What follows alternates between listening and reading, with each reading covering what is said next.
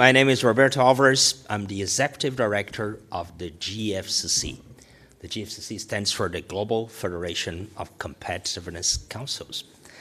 I am delighted to be here today. We have a group of GFCC members coming from across the globe, and we'll be talking about the lessons from the GFCC Frame the Future series that we had in 2021, and that resulted in some very nice insights, ideas, and a report that will comment with you in a minute. So just for you to have a sense, the GFCC is a global multi-stakeholder organization. We have members that are corporations, universities, government agencies, private sector councils, and industry bodies. Altogether, we have a footprint today in 35 countries. And we have the 4 membership segments of our organization represented here today in this panel. We are proud to have the Council on Competitiveness of Greece as a member, the Delphi Economic Forum, Piraeus Bank, the ATEX Group as GFCC members here in Greece. And I will tell you more later, but in 2022, we'll have our Global Innovation Summit in Athens. Please, if you're here, feel invited for that. In 2021, we had a series of conversations, actually an effort involving our whole community that resulted in this. Frame the future.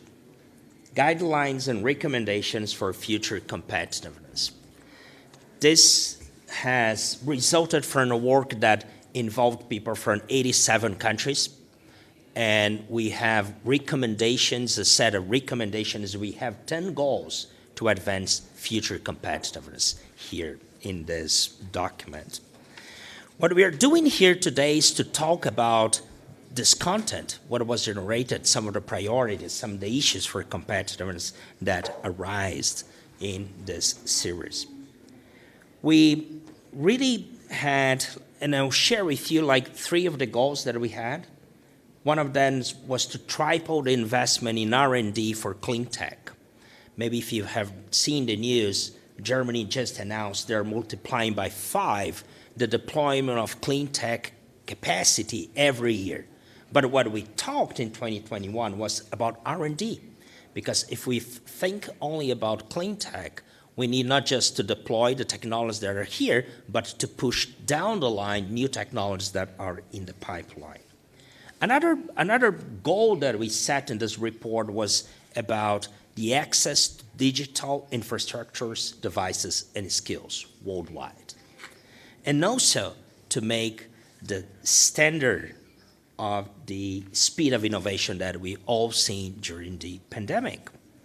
So, and we did that addressing the whole concept for the series was to address 5 future-defining features: innovation, sustainability, resilience, inclusiveness, and partnerships. And we are here today to talk about those and to talk about the how. How are we going to do that? So our discussion today is about the how. It's about the connections between the different segments and types of organizations that we have in the GFCC and national, local frameworks for innovation. I'll briefly comment about our speakers today, and then we get started. We have Eden Broecker. Eden is the Vice President and Head of Enterprise Strategy for Lockheed Martin Space. This is an amazing time for space as we're talking. Eden, thank you so much for being here. We have Chad Evans, my colleague and friend, Executive Vice President for U.S. Council on Competitiveness and the Treasurer of the GFCC. Chad leads, among several other things, the National Innovation Commission that the Council has in the United States, working with CEOs, university presidents, and other leaders. Joining us from Saudi Arabia, we have Ghada Al-Dabbagh. Ghada is the head of the Omnipreneurship Lab at the Al-Dabbagh Group, and she will talk among several other things about omnipreneurship. I think a lot of people may be curious, maybe some of our colleagues who are online, about what is omnipreneurship. Ghada also comes with a background in research and higher education, so great to have you here, Ghada. From Portugal, we have Miguel Marques. Miguel is a vice president, one of the vice presidents for the Católica University of Portugal, an entrepreneurial GFCC university member. But Also, in addition to that, Miguel has a variety of capacities. He's the vice chair of the board for Galp, the oil and gas company, and he has worked in finance across the globe. So great to have you, Miguel. And joining us from Malaysia, we have Mohammed Yusoff Sulaiman. Mohammed, who hosted the GFCC community in 2017 in KL, is the CEO of MITE, the Malaysian industry group for high technology, that is linked to the cabinet of the Prime Minister, but actually works as a public-private partnership. And that's some of the very exciting things that I have seen around the globe about envisioning the future, translating that into policies to advance the reality today. So I think as I got started mentioning our Frame the Future series and those 5 future-defining elements, we released this report in December 2021. Many changes have changed since then. So to get it started, I want to ask you, what are the priorities today for competitiveness? Have they changed? Maybe I could start with you, Chad. Sure, Roberto. When I think of the Frame the Future series, and the U.S. Council was very privileged to take part in the development of that work, to me it seems that it's about renewal and reinvention, because I think that it was an exercise in year 2 of the COVID pandemic where we were really thinking not just about the initial response to COVID, but also thinking more strategically about, well, where do we go forward from here? And it's building on these concepts, as you mentioned, of resilience and sustainability. Coincidentally, or maybe not so coincidentally, my organization, the U.S. Council on Competitiveness, was also deep in thought around what would the future of the United States look like in a post-pandemic world. What does that even mean? But that questioning really actually came before COVID. The United States has been in a position of, I think, innovation strength. However, our members began to notice over the past decade several signs that gave an indication that perhaps there were areas where we could improve our innovation capacity and capability. I'll give you an example. When you look at the federal investment in U.S. research and development over time, we see a structural decline. When we look at the Sputnik age, the U.S. federal government was investing between 2.5 to 3% of GDP in basic R&D. Today, it's less than 0.7% of GDP. Why is that stat even important? Well, that's the seed corn. That basic R&D becomes the basis of the innovation and the deployment of and the value creation that we see in society. So that was just one little metric, but there were many others. And it built also on a history of the U.S. Council of thinking ahead to try to anticipate what would be needed to advance our long-term goal, which is productivity growth for the nation, inclusive prosperity for every American, and of course the success of our goods and services in the global marketplace. And when we thought about that, and what we have been really working on for the past decade and a half, maybe perhaps even longer, is an understanding of the role that innovation plays in that equation. And we began to see some troubling signs on that front as well, not just the basic R&D, but how we were deploying and creating value in the market. We also saw signs of structural decline in our overall productivity growth. Yet again, another signal that perhaps we needed to pay more attention to this innovation engine in our country. And so to do so, we created nearly 3 years ago a major effort that brings together more than 70 CEOs, and by CEOs I mean, yes, from the corporate sector, but also from our university community, our national labs, and our labor unions, but also a broader stakeholder community of many hundreds of innovation leaders across the country to define a new innovation agenda for the country. This effort is ongoing. It's led by our current chairman, Brian Moynihan, the chairman and CEO of Bank of America, and a great board. But we've already produced a significant report. It came out in December 2020, similar to the reports with the GFCC. Our report is called Competing in the Next Economy, and that's really what it's about. How do you compete going forward?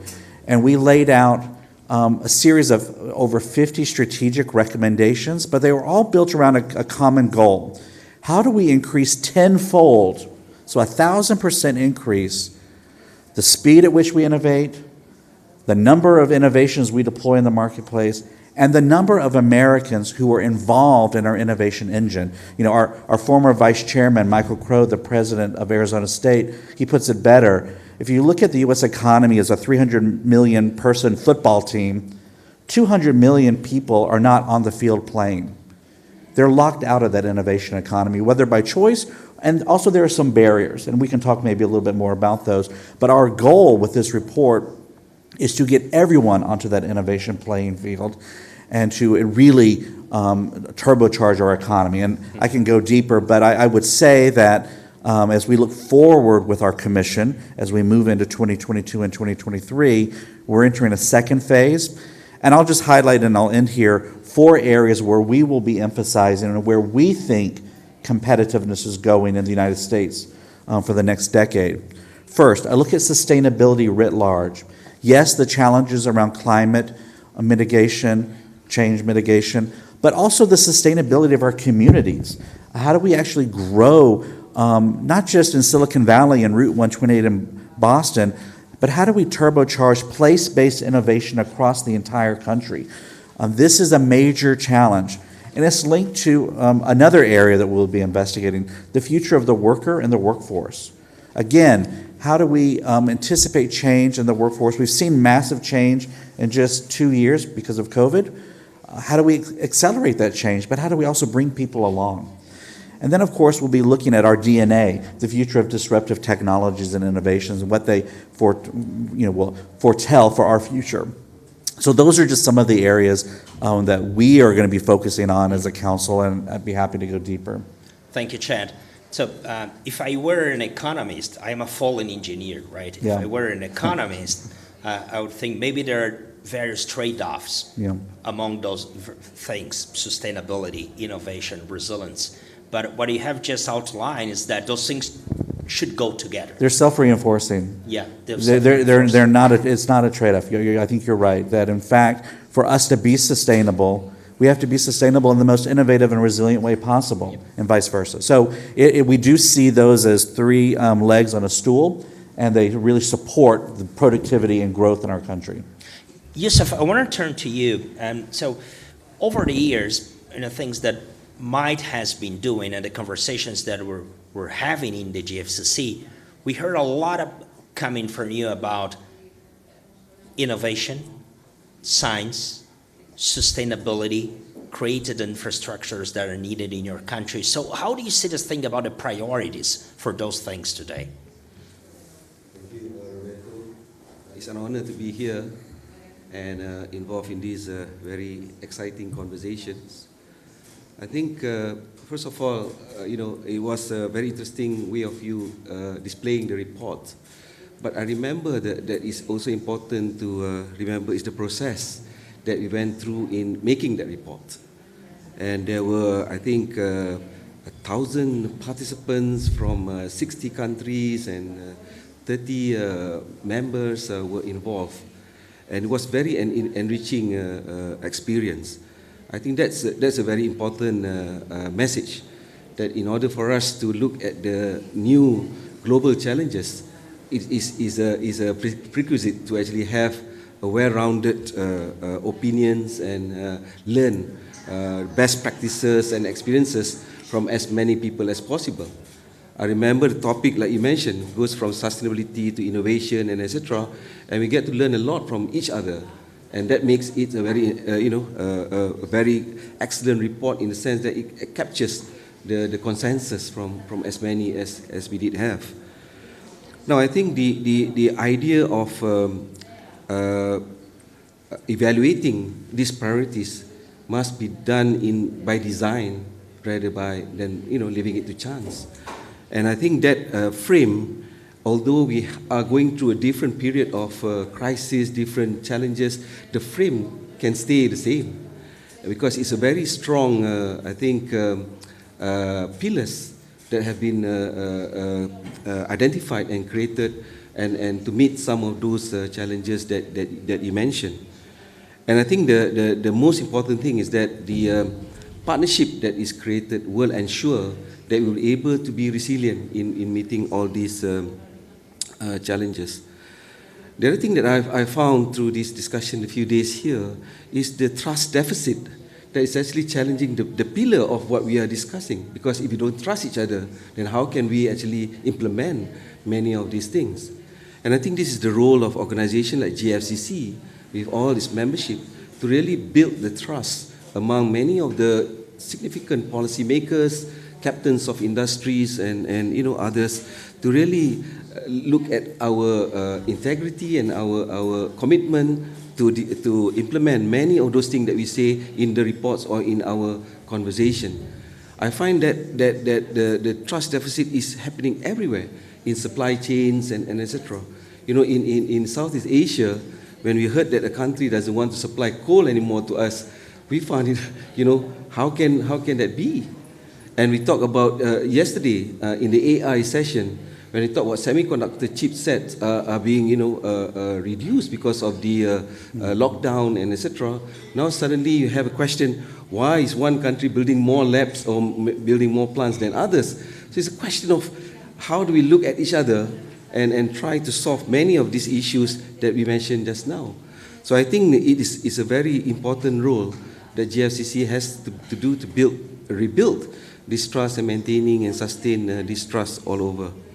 The other thing is about the inclusivity of these things that you mentioned. It has to happen at all levels of the society. Well, we understand, because we are here in discussion, policymakers, corporate sectors, we can understand these things very quickly. But go down to the local authorities and to the people, it becomes very, very confusing and very, very arbitrarily. So how do we get these messages across these levels of society and make sure that everybody is on the same boat in doing this? And I found that the best way is to get them involved in these activities, this program that we say are connected to sustainability and etc. Agriculture is a very good base, because most of the society are involved in agriculture, especially in the emerging economies. Have a program of sustainability, for example, how to use a biomass from the paddy plantation and make it into energy or biodegradable packaging products. And suddenly you have old farmers, 65, 70 years, talking about sustainability, climate change, and etc. I think that's one way of approaching inclusiveness of these challenges and get everybody on the same boat. I think we have to get everybody on the same boat, Roberto. Thank you. Thank you, Yusoff. I think you have highlighted as the need for dialogue platforms at different levels, right? So for sure, you mentioned the GFCC. Thanks for doing that, and thank you for being a leader within our community. But you also highlighted the need to do that, let's say at a national level, at a local level. So we need various platforms. But you touched upon things like food production and agriculture. And I want to turn to you, Ghada. So you come from a business group in Saudi Arabia that is into food production. And you've been doing things, and I'm sure that folks would be delighted to hear from you. What is Omnipreneurship? And how you, based on the things that we were talking a few minutes ago, how do you combine innovation and sustainability in practice in a big business group that has 60 different businesses? And maybe we could explore other aspects related to your national strategy later, but I really wanted to hear from you. What are you doing? Well, first of all, I would like to thank you for inviting me to speak here at the Delphi Economic Forum alongside these esteemed speakers.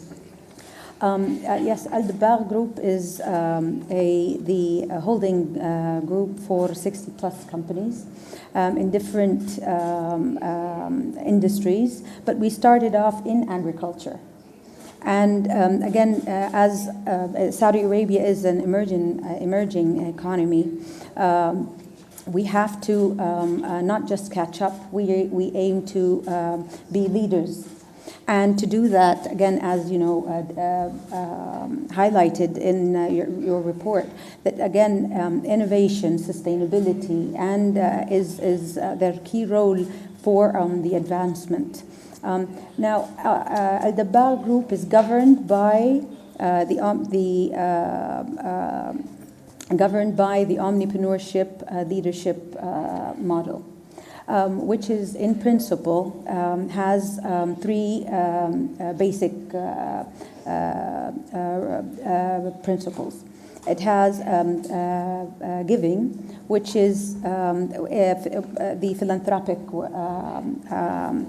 philanthropy. And ADG dedicates for every dollar earning, we allocate $1 for giving. But however, to enable the giving for it to be sustained, it has to serve the initiatives that are dedicated for giving. They have to serve and give value to the business so that we could ensure its sustainability, that we continue on giving. Earning is, again, operating the business to sustainably earn and to enable us to give to the community. Sustainability is actually one of the things that we've actually been doing even before the UN, the SDGs created by the UN. And again, it's tightly linked, as is giving, tightly linked in the earning model, at ADG, where the initiatives, the sustainability-led initiatives, they must add value to the business. And so they're not CSR activities, but they must add value to the business. And of course, at the same time, of course, preserve and reduce the effects the business could have on the environment, on people and customers and employees. So we've been, again, one of the first businesses, our first business is a poultry farm. And again, innovation for us and sustainability goes hand in hand, and earning, so they're all interrelated. When we evaluated the value chain for Tanmiyah, which is the business, we found out that most of the expenditures that were spent, they were spent on importing wooden shavings to reduce the humidity and absorb, reduce infections and absorb humidity. And we were paying a lot of money to get rid of the biological waste, the poultry waste from water and manure. So they came up with the idea of treating the waste, okay, and planting trees and fertilizing the trees. So we planted 100,000 trees. We used the treated waste to fertilize the trees, and then once they grew, we used that as the wooden shavings. Again, we wwere spending more than, so we created a circular economy. So rather than we were spending about maybe 24 million just to get rid of the waste, now we're producing, we're generating revenue, in excess of 34 just from the savings from that. So again, I think having the omnipreneurship model embeds sustainability as the way the business runs. And of course, creatively, to do this, it requires a bit of creativity and thoughtfulness to do that. And we managed through these, planting these trees, we managed actually to reduce the temperature in that area by 4 degrees. We cleaned the air, in that we have better quality air. Actually, Riyadh, where these trees were planted, they're one of the most polluted areas in Riyadh, in Saudi. So again, planting these trees, they had a high impact on the environment.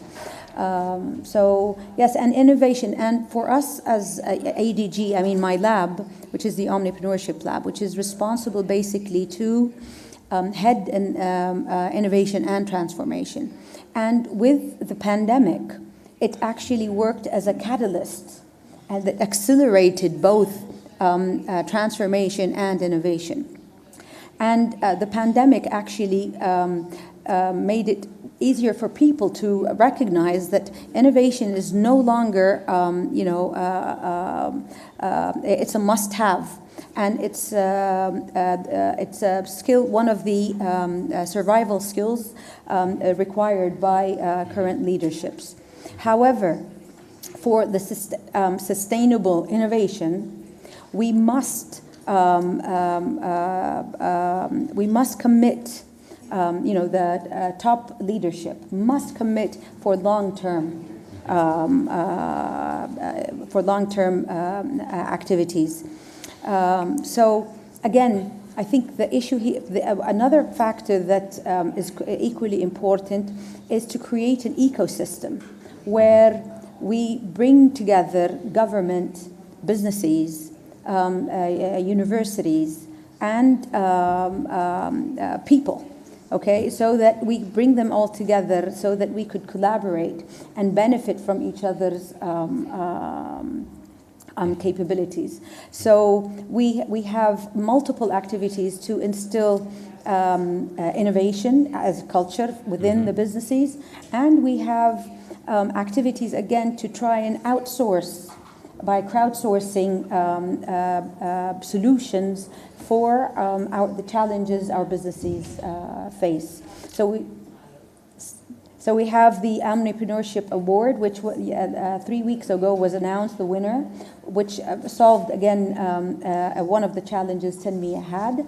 And we have internal awards to try and instill and create a buzz within the employees on the ground to solve their issues. So, yeah. We'll be back to that. Let me ask you a very quick follow-up question here.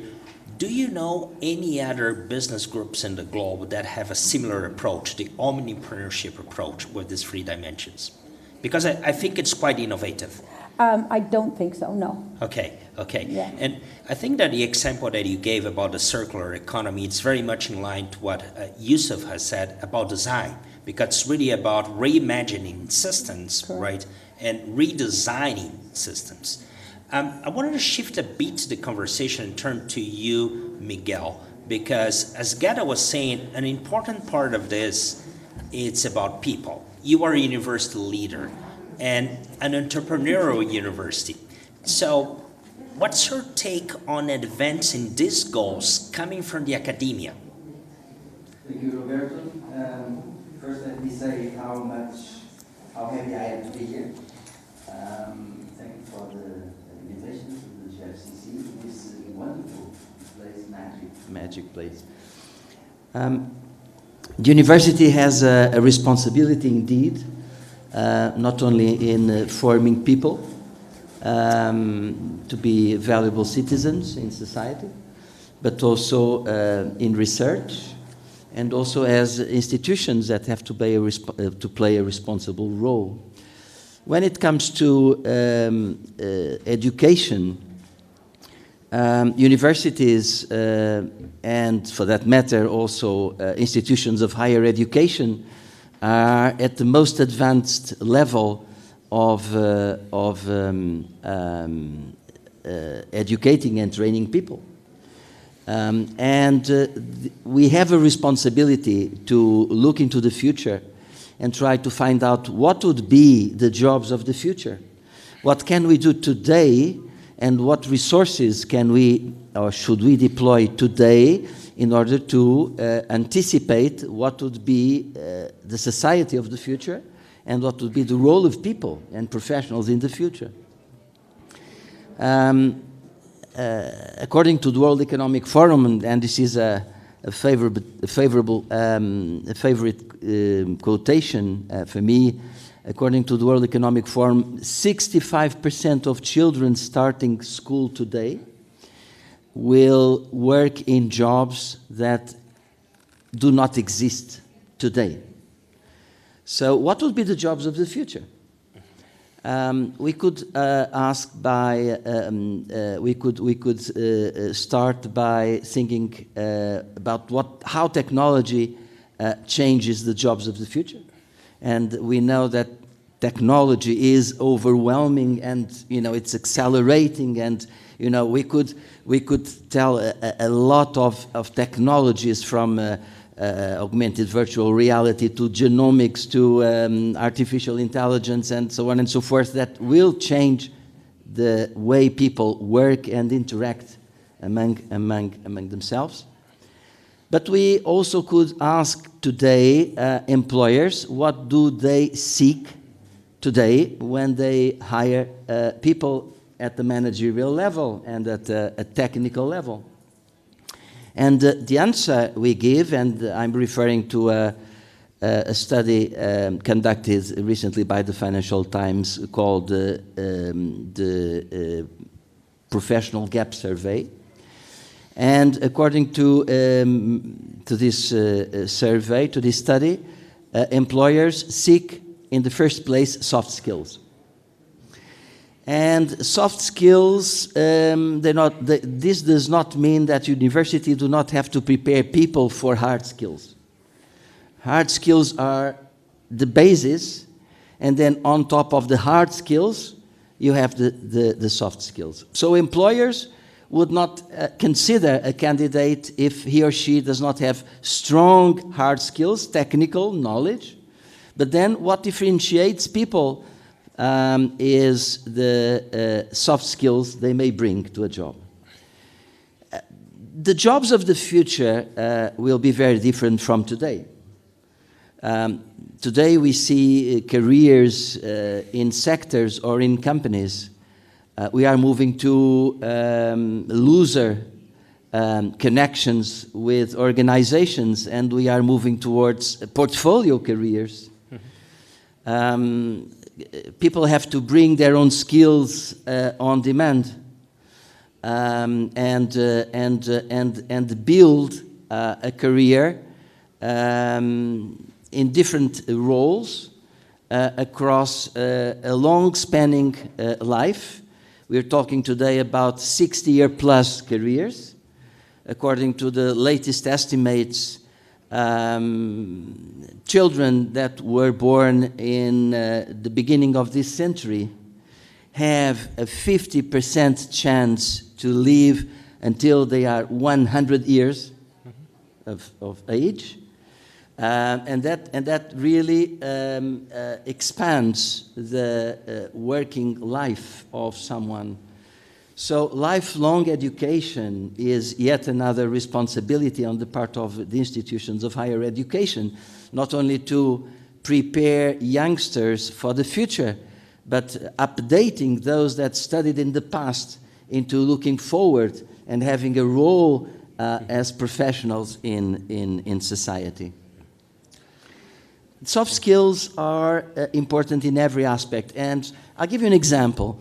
In my university, Católica University, we, in Lisbon, we opened up a medical school last September.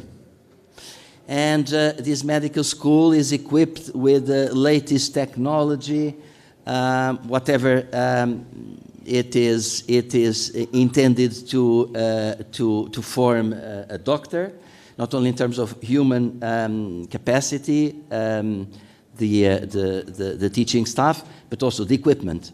But our emphasis is to form people that can communicate with patients, to form future doctors that will look at the patient as a person, as a human being, and not as a number of a hospital register.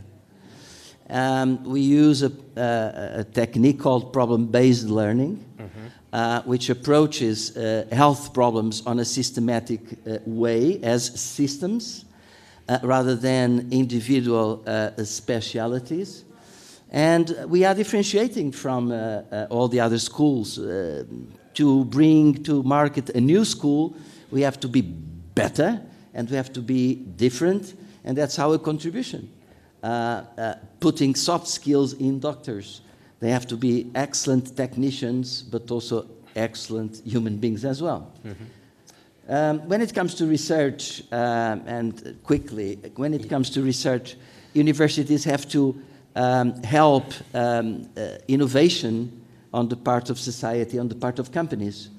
So working together with the business world is absolutely crucial to transfer knowledge into the business world. Translational research is the way we should go. Do not forgo basic research, which advances knowledge, but do not stop there and make an effort to translate that research into practice.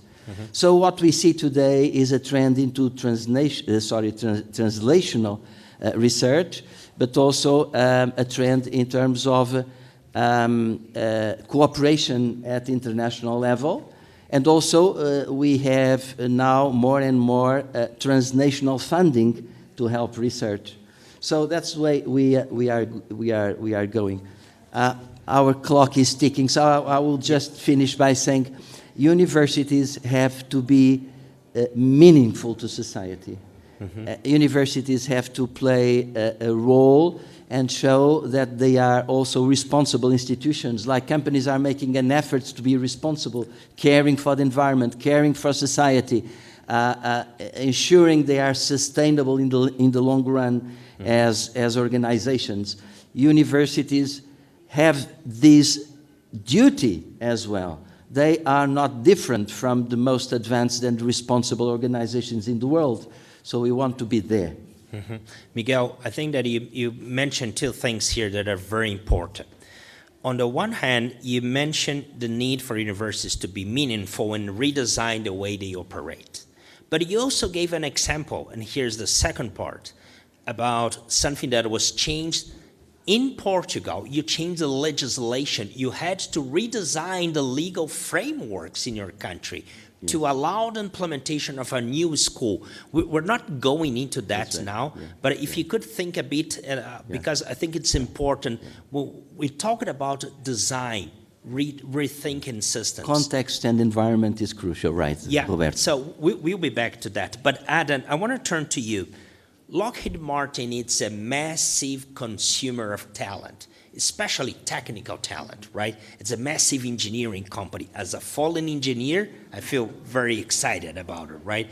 So how do you see these issues from your corporate perspective and things related to talent, for instance, but the whole connecting that with innovation, sustainability, and company sustainability?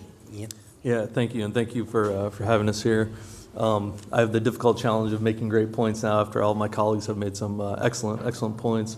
I think for Lockheed Martin, we invest hundreds of millions, if not billions of dollars a year in innovation and research and development, really pushing the forefront on taking elements into space, sustaining human life, and we really draw on universities to deliver us trained engineers, people who are both technically capable but also strategic thinkers and thinking about the cutting edge technology. But I think much of what Miguel was saying resonates with me.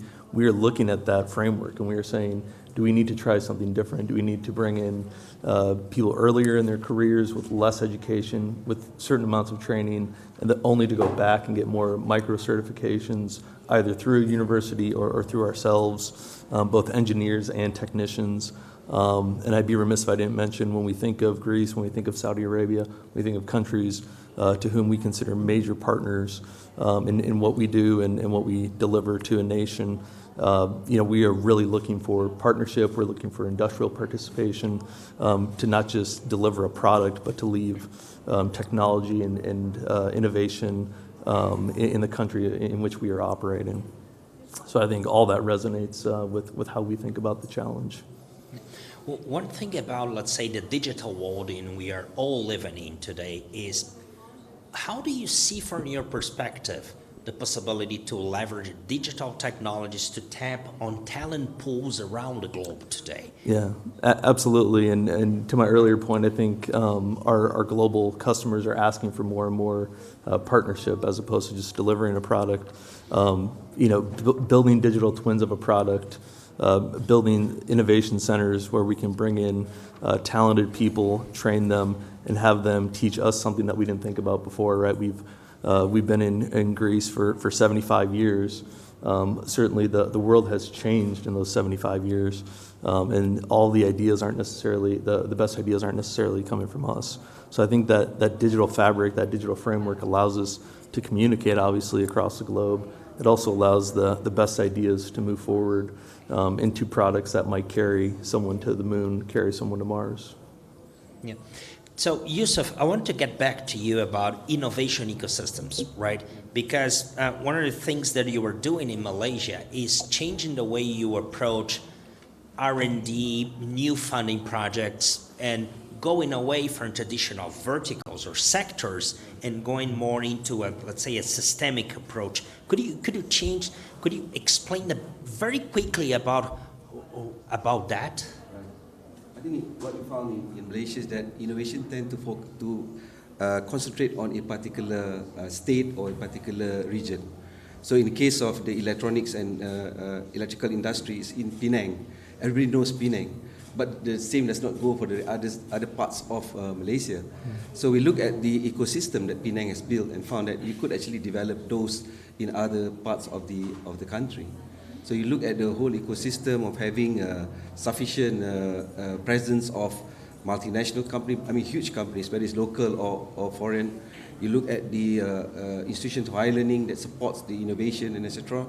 And then you have all those things being connected and have also connection between one hub or cluster with others.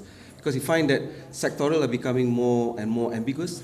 It's more of thematic. We talked about yesterday place-based innovation.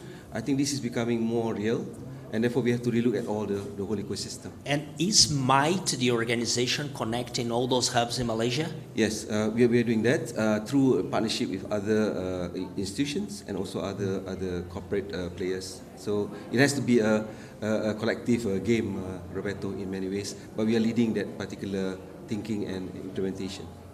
Ghada, if I may turn to you, in addition to the things that for sure you do at a business group, the Al-Dabbagh group, right? I know you've been working with the B20, the G20, and working with the government of Saudi Arabia, right? So how do you see the connections between business and national frameworks in the context of the things that we talked here? How do you do that in practice? Well, you have to have North Star, and that's usually set by the strategy.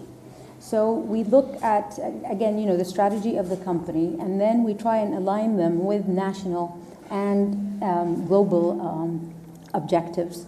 For example, the government has a very aggressive and ambitious 2030 vision. And one of the pillars of that vision is workforce, preparing the workforce for future workplace. And so the ADG, again, because we're the workplace, and currently the supply of skilled workers, is low. So what we're trying to do, we collaborated and partnered with the government, and we created an initiative which is called 30,000, where we will be creating 30,000 franchisee owners by 2030. And we've done that. The plan is that we've chosen 5 of our flagship businesses, where we're going to be training them. We created the Omnipreneurship Academy, where we're going to be training them and preparing them with the skill sets required to manage these stores. So that, you know, that's that. And on a global scene, we would, you know, we have activities with NGOs, for example, Philanthropy University, which is one of our giving arms. And we partner with them so that instead of just donating money, we partnered with Berkeley House, and we created a curriculum that the NGOs who are working on the ground with impoverished people can use. Yes, and they, exactly, so that they could improve the way, you know, their lives. And we're happy to actually say that we managed to improve the quality of life of 200 million people through just these collaborations. That's amazing. Yes. So it's for partnerships. Correct. I got it. I understand. Chad, I want to turn to you. I think, again, thinking about rethinking systems, I mentioned the example of the Catholic University in Portugal when changing national legislation. There are lots of changes taking place in the United States these days related to innovation. Could you maybe comment a bit between the connections between those and your work with the National Commission? Sure. Well, it's a moment of generational transformation in the United States. I can't really underemphasize the amount of potential change that's happening. It is very similar, but even expanded upon the type of change we saw in the early 2000s with a major piece of legislation called the America Competes Act, which in the mid-2000s really tried to rebalance our R&D portfolio and several other major goals, and had quite a bit of success across multiple administrations, different parties. But we're at a moment now where literally today, members of Congress are in conference debating and trying to push a massive piece of legislation. It's on the Senate side, it's called USICA, the U.S. Innovation and Competition Act. On the House side, it's also called the America Competes Act.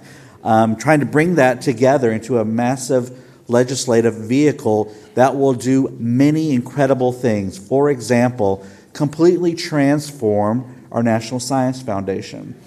Our National Science Foundation, globally, first class, will be different if this legislation passes. It will have a new directorate, the first in 30 years, on technology, innovation, and partnerships, explicitly with the goal of creating greater place-based innovation across the United States, seeding dozens, if not more, quantum institutes, artificial intelligence institutes.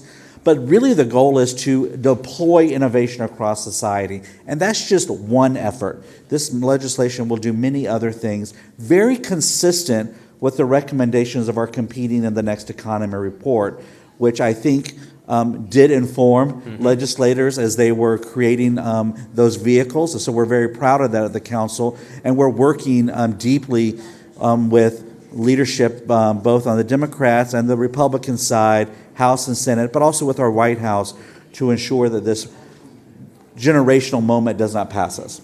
I think what you leave here is a fundamental message, Chad. If the global leader in innovation in the United States is redesigning the system that's behind that, this is something that should be a priority for everybody, right? Adam, how do you see, I think, in terms of redesigning, and you are doing lots of things and leading that, we're seeing lots of changes in business and how business can be redesigned to perform at speed. Would you have any comments about that? Yeah, certainly. I mean, we've been making significant investments in startups, companies who might have thank you. We've been making significant investments in startups, companies who have a more agile approach to bringing elements into space, to bringing ubiquitous global communications, right? Effectively, internet from the sky. We bring them into our missions. We really team with them. And again, it's more of a complementary fashion that we find innovation in them that we might not find in ourselves. Miguel, we have 1 minute. I'll give you 30 seconds. How can, let's say, how can this whole complexity be processed, not just by universities, but by corporations? If you had one recommendation. Well, considering that corporations have a governance, and that governance resides basically in the board of directors, we have to look into the relationship between the executive committee or the executive, all the executives in the company with the board. And we see great changes today, entering the crisis, COVID-19, now this invasion of Ukraine by Russia, and the prospects that we don't know where the world is going and what will be the outcome of all this. So the responsibilities of the board are to look into this and to ask for stress tests, ask for contingency planning, try to envisage what would be the consequences of a total disruption in physical flows, in investments. Companies are now being stressed. The whole society is being stressed by energy and the costs of energy. How does that impact on companies? Mm-hmm. So what we see today is a higher concentration on risk assessment on the part of boards, also a higher engagement on the part of the CEO, on the non-executive members of the board. So higher unity, better clarity, and a great attention on deployment of resources and preparing for what's coming, and what's coming may be ugly. Thank you. I've learned two things from this conversation. One is that the 5 things that we have laid out and outlined through the Frame the Future series, innovation, sustainability, resilience, inclusion, and partnerships, they still hold, and they're even more important. And as Chad said, they're self-reinforcing. And the second thing is that we need to redesign systems across the board, at the corporate level, at the governance level of corporations, any universities, national policy, and national innovations, they're driving those agendas. Thank you so much for being part of the GFCC. Thank you so much for being here and joining us.